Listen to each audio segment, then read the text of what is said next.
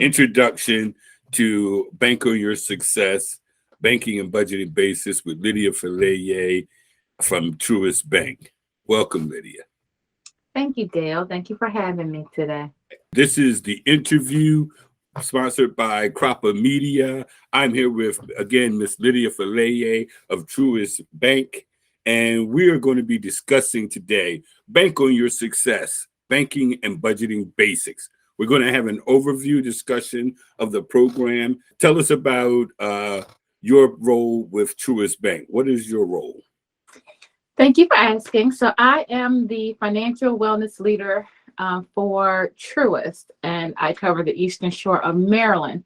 What that means is I connect people with the right resources and tools that they need to really grow their finances individually. A piece of that being financial education, along with then the pairing of the solutions that we have to not just give you the information, but then actually activate you into using and being better in your finances.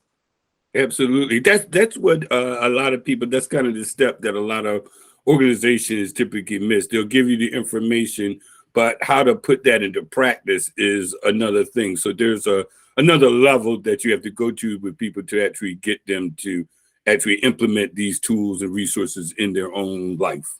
Absolutely. Absolutely.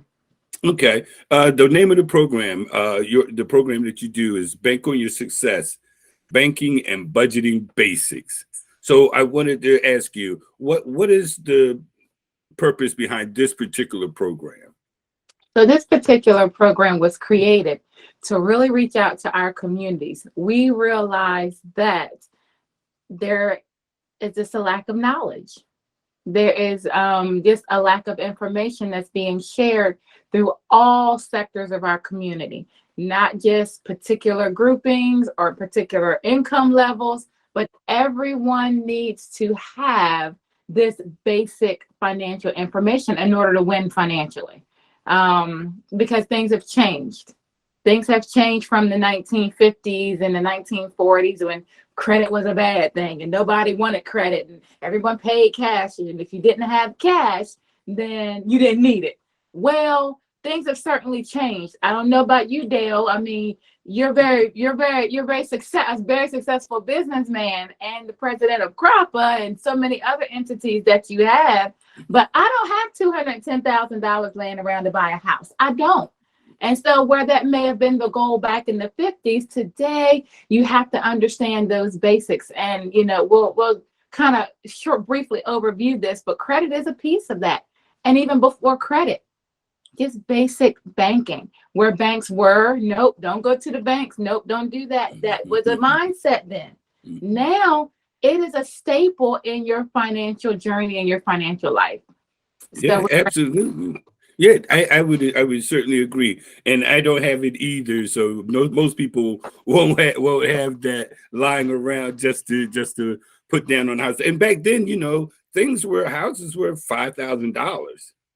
I know the dollar wasn't as what it is today in terms of the value, but the cost difference is so much more now. I saw something where they're talking about the average home price at being over $500,000. Yeah, that's real. Like, wow. So no, most people are not going to have $500,000 to just pay cash for a house or for a vehicle. I remember seeing a bill of a car being sold. It was like in the 1968 or something, new car, and it was like $1,700. But that was a lot to them back then. But you could see somebody, having $1,700 at some point, saving it up however you get it to have that, but versus $500,000 or anything like that, or what the average car price is upwards of $40,000 now. Yeah. So so absolutely. So that's the purpose of the program, the overall purpose of it. So when you actually in your role, you go out and talk to people and organizations about this program and probably other things, I'm sure, but about helping people in the community to become more financially literate, knowing how to use money and banking, how to actually use it for your benefit. Let's start from the beginning. So a lot of people might not know to where to even start, where to even You might be working, you might whatever, however you're handling your money now, but you want to make a change. You want to do things. So, what are the basics around banking? What does it mean? What are banking basics? So banking basics is literally just that. All the basic information you would need to know to become familiar and to successfully navigate a traditional banking relationship. And I want to say traditional banking relationship specifically because there are a lot of non-traditional um, financial services out there that they serve a purpose, but they are not giving you the full benefits that you would receive from a traditional banking relationship. So that looks like opening a banking account, checking account, and savings account. And now this is one thing that has never changed, and that you must save money. It's not if a rainy day, it's when a rainy day, because the rain is going to come. Your goal is to be as prepared as possible. And we don't know the future, we don't know everything. But if we can slowly begin to prepare a little at a time, when these emergencies kind of come up, we say, okay, I don't want to take it out of my savings, but I can take it out of my savings. And that's the financial freedom that you get in starting with the very basics. I say checking account, yes, because I'm looking forward. Think forward. Think forward from right now. If home ownership is on your list of things to do, and anywhere in the United States, it's not a bad idea to own your own piece of the world, right? But if you're looking forward, they're not going to look at your chime statements. They're going to look at your bank account statements. So it's good to get established now with a bank account. Yes, I know there's heartburn around banking because there have been some practices. I'm a banker. I'm the realest banker you ever going to meet. I'm going to tell you the truth. There have been in the past some practices with banks that have made us uneasy. That's the truth. But I promise you, and I'm telling you, banks are changing. I could tell you what Truist is doing. We've eliminated overdraft fees, for an example. We bring programs like Bank on Your Success, for an example. We're wrapping our arms around our communities, realizing, hey, that wasn't the right way to make money. This wrapping our arms around our community, letting them, not punishing people for not having what they need, is a much better way to support our communities than the way we've done it in the past. And so things are changing. The heartburn of banking is relieving. So that is basic banking. Opening a checking and a savings account to start. So, what would be why should they open the bank account? Why should they? Because you need that financial history. You need that solid foundation. Banks have been around since Alexander Hamilton. Go watch Broadway play it. It's phenomenal. But banks have been around that long. You have a history of not perfect, but a sound financial system that is in place. And guess what? The rules are the same for everybody. So if there's loopholes for some, there's loopholes for you. And that's the game we gotta play. We just gotta know how to play the game. Right. Don't give up and get frustrated with the game, throw your hands up, because you're missing the benefit of playing. You're not playing. You gotta play. But you just gotta know the rules and know how to play. And so that's why you should open a bank account. Because again, people want to. There are a lot of places that you're going to need to interact with. There's a lot of, and they're going to not want to take a prepaid debit card. There are a lot of places today that will not accept a prepaid debit card for payment. They won't. And on the rare chance, you might just perhaps possibly need a voided check for something. Now that's rare, but it does come up where you will have to provide a voided check. Not necessarily mean you have to per se write checks, but you want to have a checking account to be able to pull that information up when needed. It's a benefit to having it. Hmm. It's a Right. benefit. Absolutely. That's what we mean by financial literacy, becoming financially literate, understanding how to, as you said, if there are loopholes for some, then there are some for you. You know, that's not anything scandalous. That's just the rules as they are. And you need to know those rules to be able to play the game effectively.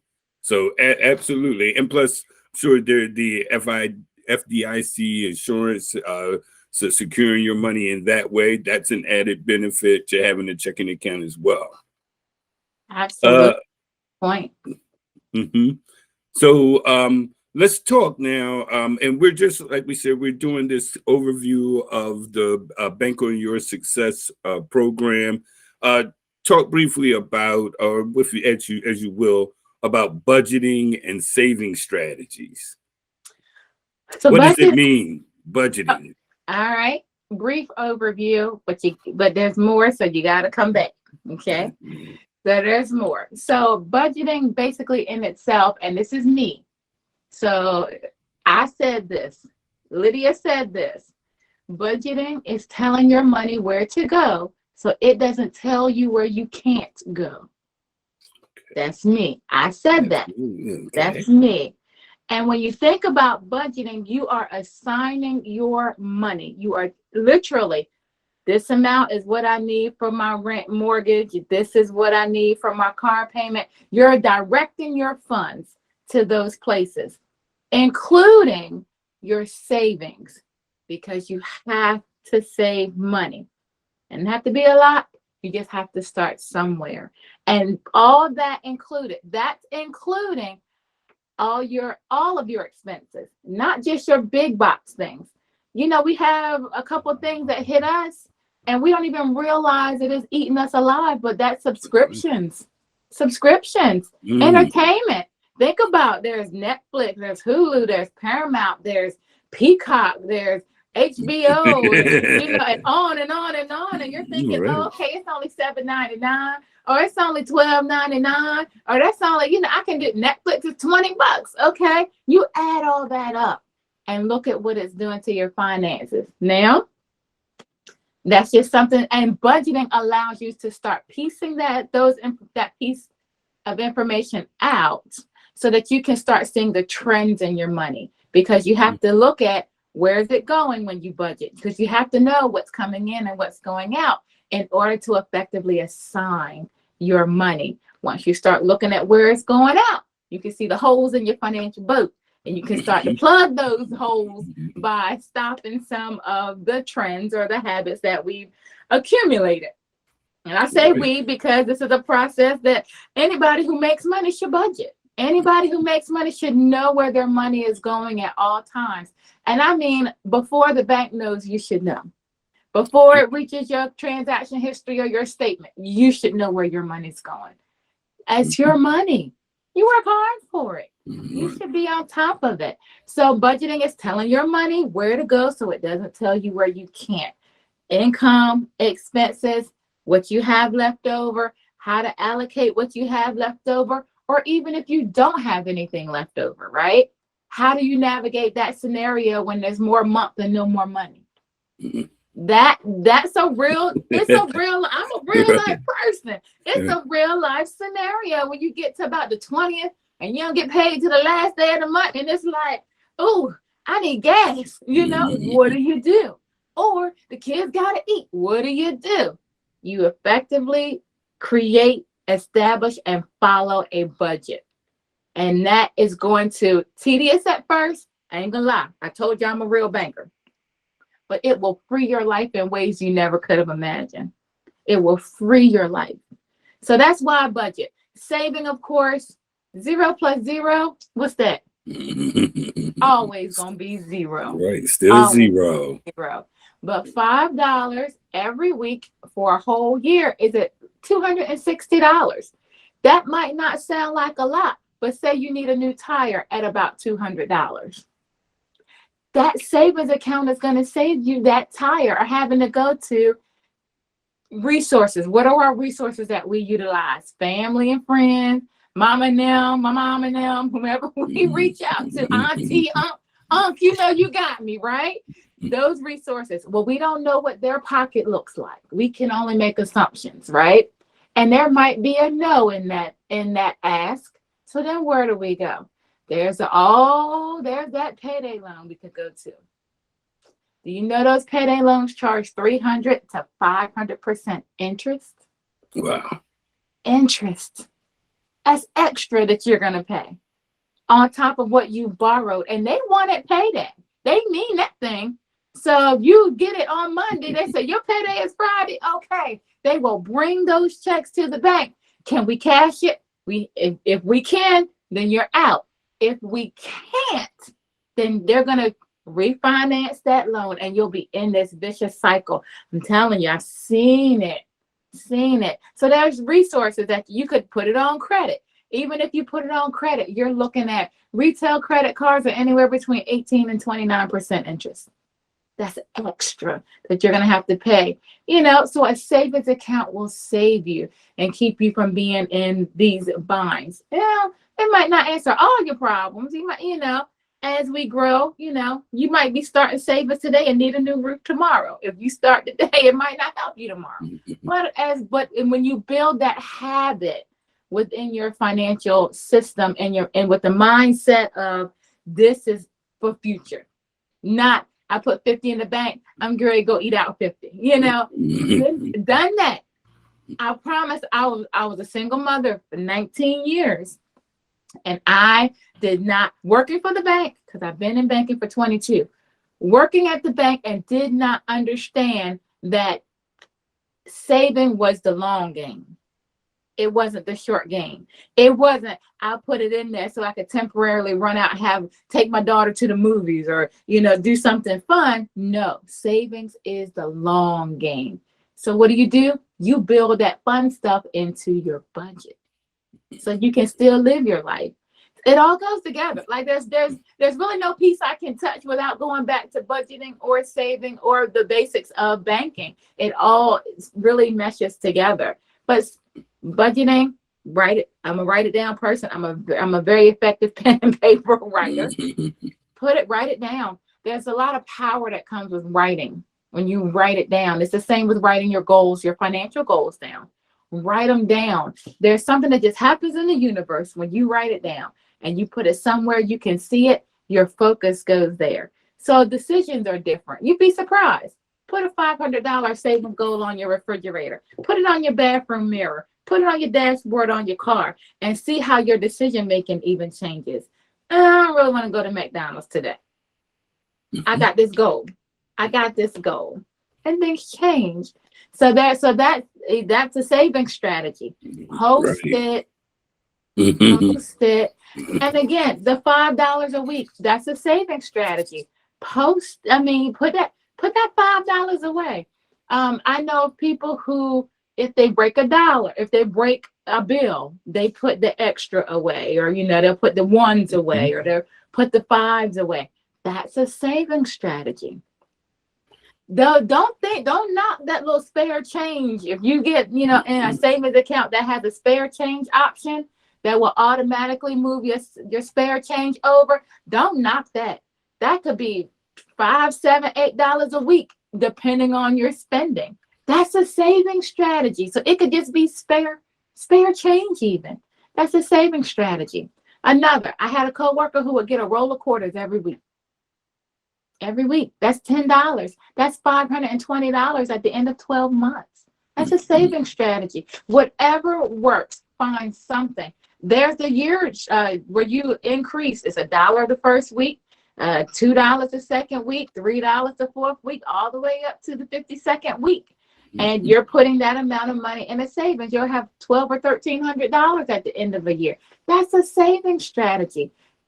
Get something that you can manage and stick to. Now, what I'll tell you what not to do. This is the what not to do. Right. Don't set yourself up for disappointment and failure. So don't say, I'm going to save $100 a week and then go back and get 95. Don't do that. Just save the $5 a week because you know you're not going to touch that. And again, savings is the long game. You're not going to touch that. So those are some things you can do. There are some strategies. Budgets, write it down. I'm a big write it down person. People who are Excel savvy and just want to see it in the spreadsheet, then create a budget in an Excel spreadsheet. If you're good at that and techie. When we talk about the budgeting and saving strategies, a lot of what I'm hearing, it's really a lot of mindset, to be able to think in the long term and not just the short term. And I again, I'm a real person, and I understand the idea of somebody talking about budgeting and saving when I've got a whole lot of other things going on in my life, to maybe not have the wherewithal, or even if I do, to take the time to actually do it. But there's a lot of value in it, just like you were saying, to be able to see it. And you're taking more control, and maybe that'll alleviate some of the hecticness that's going on in your life if you can understand that. So absolutely, budgeting, saving strategies, all those are really good. But the 52-week challenge, I like that one. That's the $1 this week, $2, $3 each week, keep going up, and you turn out to be about $1,500 saved up at the end of the year. So that's a good one. All of them are really good strategies that we need to adopt. We really need to adopt it, have some control, and maybe that's a way that we can better our own personal situations and our community at the same time. Thank you for that. This section, what I'd like to talk about is about credit. What is credit? What does it mean? What's a credit score? Tell people why it's important. Why it's important? Shit, that's a good one. Mhm. So credit is lending, is borrowing money. So if you need $20 and your auntie lends you $20, she has now credited you $20 and you have a debt that you owe to her because she has given you credit. That makes sense. Try to break it down. It's the same with anybody that you go to in business world or financial world. You have a need or a desire, but you do not have the resources. You go and ask for those resources from a financial institution. They then provide you those resources, and you now have a debt because they have provided you with credit. Okay, so that's a kind of an explanation of credit. Now, there is a credit score. A credit score is a 3-digit number that is assigned to you based on a few things, but basically it's your financial responsibility score. It's basically, and it's run through 3 different houses, right? So there's TransUnion, there's Equifax, and there's Experian. Those are the credit reporting agencies. And if you've ever pulled your credit report, please do. Please pull your credit report because it's important. You need to know what's out there. You need to know who's reporting and who's not. If you do check the scores from those 3, you'll see that they're different. Everybody does not report to all 3. So that's why you would see a difference from Equifax and Experian, or TransUnion might give you the highest score. Equifax might give you the lowest score. But just know, everybody doesn't report to all of them. So you do need to know that information because that's important. Your credit score can be from 300, 0 to 300, up to 850. The goal is 850. That's excellent credit. And it's important because everybody looks at your credit score. It's as important as your social security number to build, to maintain, and to protect.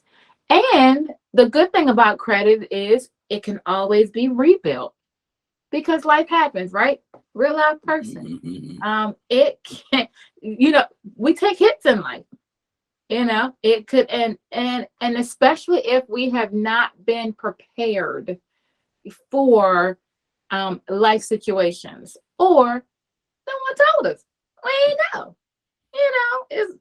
knowledge. We never received that information on how to build, how to rebuild, how to responsibly use credit. That's one thing that I've seen.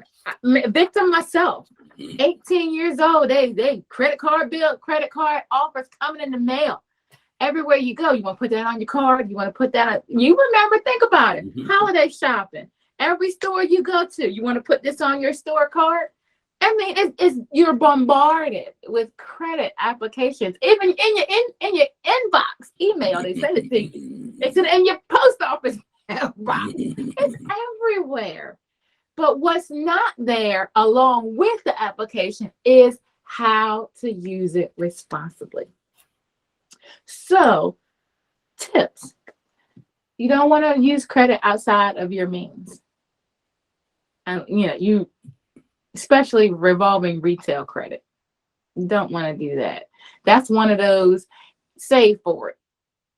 It's places like when I think of credit and quick places, these Rent-A-Centers and errands, and I'm not talking bad about them because we be in different places in our lives, right?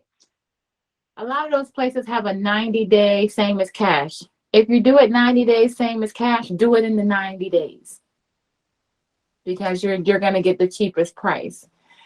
If you pay for a 65-inch TV at $23 a week for the next, I don't know, 100 some weeks, you know what I mean? You have purchased that 65-inch TV 3 times, which you could have gotten it from Walmart for if you just put that amount aside for yourself every week. So credit is extremely important. Going back, everybody looks at your credit, not just lenders. So we tend to think of our credit score as the number that when I want to get a loan or if I need to get a car or a home, that's when it's important. Your insurance company looks at your credit. So they will assess your premiums based on where you fall in credit. If you have a low credit score, you're going to pay more in insurance premiums than you would if you have a higher credit score. Crazy, right? Right. That's crazy. What possibly does my insurance, specifically auto insurance, have to do with my credit score?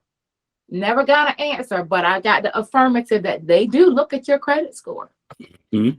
Apartment complexes. Do you realize you can be declined for an apartment if your credit score is too low? Need a place to live. If I'm going to pay my rent, you see I can do it. What's the problem? They look at your financial responsibility score. And that's what that 3-digit number is. It's very powerful. So we have to build it. We have to grow it. We have to maintain it. We have to protect it. That's why pulling your credit report on annualcreditreport.com is one of the ways you can pull it. And it doesn't cost anything to pull it. And you can pull from all 3 agencies that I mentioned, Equifax, Experian, and TransUnion. And you can see what's out there. Case in point, I had a friend named was Keisha Jackson. God bless her. Rest her soul. She pulled her credit report one day. Now, we're bank employees. We bank employees. She pulled her credit report one day and found there was a Keisha Jackson in New Jersey who had a home, had a car, had all these big things in her name with her social security number. It was on her credit report. She wasn't reaping the benefits of it. She was renting, So that's why it's important to know what's on your credit report. Right. I've seen students, and this is just where we live. I've seen students, they hit 18, they have a bad credit score. You're 18, you're just starting. Why do you have a bad credit score? Because their parent or caregiver put a utility in their name. They got cable. That happens. It's the world we live in. Mm-hmm. They got electric in their name. They got cable in their name. They got cell phones in their name. It happens. I run into a young lady, credit, went to, do some things in banking and found out that someone else with her had her social security number and had a truck loan. And her name. I mean, it wasn't in her name, but it was with her social security number. It's so important to protect your credit and to know what's out there, because these thieves ain't playing. Like they coming to get what they come. They do their business. They be on it, right? Right. You have to be just as diligent to start with building. How do I build? We can talk about that in a financial literacy course. How do I manage? How do I maintain? All those things, very important information, but we can certainly, have a detailed discussion about how those things happen. And they can be done, and they have been done. I had to rebuild, maintain all kinds of things. I'm a real life person. I had a 500 credit score. I have over 700 credit score now. It took work. I had to build, but I had to utilize the same resources and the tips and the tools that I'll share with you. So it's doable. If I can do it, y'all, anybody can do it. No more. That's me. If I can do it, but best believe if I can do it, anybody can do it. It's not out of reach for anybody, but it does take time. And that's sometimes one thing we don't like to wait for is, things that take time. It's like, why wait to bake a cake when I can make cookies? Cookies take 8-10 minutes. A cake is going to take you 25 to 30. It's the patient. You're going to get a sweet result either way, but, sometimes you want that cake, and that might take you a little longer. Right. Absolutely. I mean, it's, that's what they talk about, the McDonald's generation or lifestyle, where you want it now, everything you want now, but everything that you want for now may not be what's best for you. And when we talk about in terms of the financial side of it, it's certainly not better for you to forego making the long-term plans and strategies and implementing the tools to get there, and being patient and being rewarded by actually seeing it in action. And I think that that's what we're going to get into down the road in this series, but how to watch what your money can actually do for you. And I know, and I'm sure you've experienced it, I've experienced it.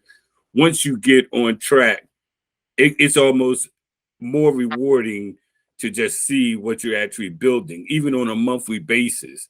Yeah. So that's where the reward and excitement comes from once you get on the right track. So absolutely. Look, I want to say thank you to Miss Lydia Faleye of Truist. And are there any final things you'd like to say around money and banking, and tell people if you want to, how they can reach out to you, maybe to talk more specifically about specific things or products or whatever that the bank, how they can get started? Sure. So I'm pretty easy to reach. Lydia Faleye at Truist.com. Dale can post that in the, along with this, can post my email. It's the best way to get in contact with me. But there are, do your research, I believe, of somewhere that's going to care for you by not punishing you for getting started and for learning is a great place to start. So reach out to me if you have questions. Lydia.Faleye at Truist.com. The best way to get me, and you can email me, ask me questions, get some insight. I can tell you more about what we have to offer, even second chance options that we have. I know a lot of people, have been, oh no, I'm out there, I'm on check systems, if you're familiar with the term. I'm check systems. They pull me on check systems, the bank told me no. Well, we have options that don't look at check systems. So we have ways to really, really, really build our community with their finances. Absolutely. So again, thank you, Lydia, for sharing this educational opportunity. Right now, this is our overview of the program to come. Please stay tuned to CROPA Media for more information around this program and financial literacy in general. thank you again, and I appreciate your time. Thank you for having me. Boys.